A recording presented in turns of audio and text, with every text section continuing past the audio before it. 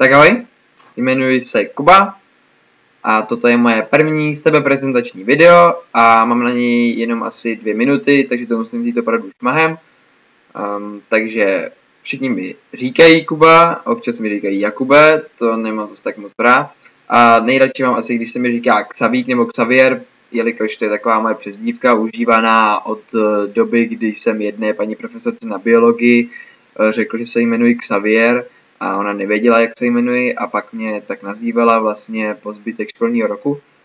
A co se týče nějakých mých zájmů, tak teď momentálně se hodně učím, asi tak o 500% víc, než jsem to dosávat kdy dělal. A to protože během 2 následujících měsíců budu maturovat.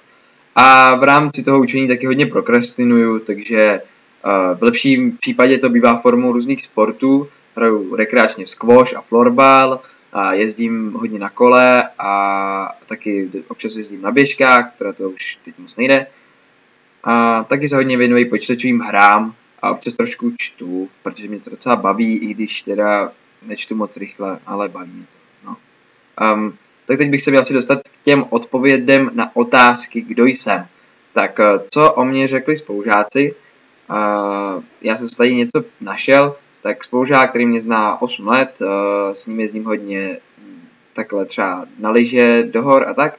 O mě řekl, že jsem kamarád, spolužák, veselá kopa, šprýmař, někdo docela chytrej, sportovec, muzikant, jo, zapomněl jsem zmínit, že hraju už 6 let na pozoun a moc mi to nejde, ale baví mě to, tak v tom pokračuji.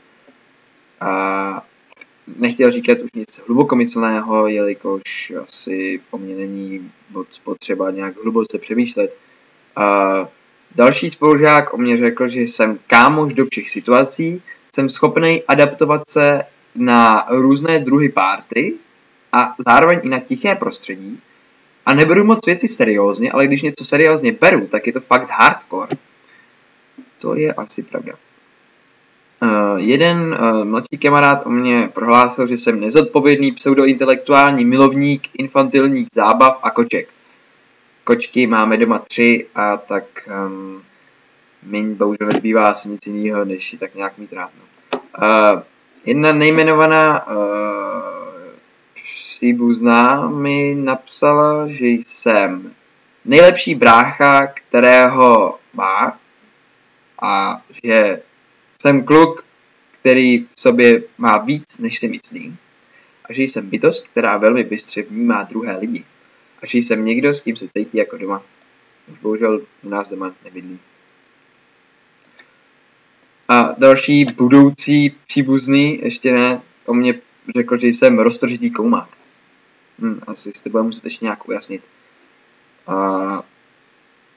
Co by o mě řekli asi rodiče, to nevím, teda oni tady nejsou, ale pravděpodobně by řekli něco ve smyslu, že jsem hodně nespolehlivý, nezodpovědný, línej a že bych si měl doma uklidit. A pak to asi všechno. A co bych o sobě řekl já, nebo jak bych odpověděl na otázku, kdo jsem, tak musím přiznat, že jsem velmi nerozhodný, což je taková docela nepraktická vlastnost. A taky musím říct, že jsem docela sebekritický. Velmi často. Vlastně mě docela potěšilo takhle číst některé ty hezké věci, protože já si je o sobě moc nemyslím.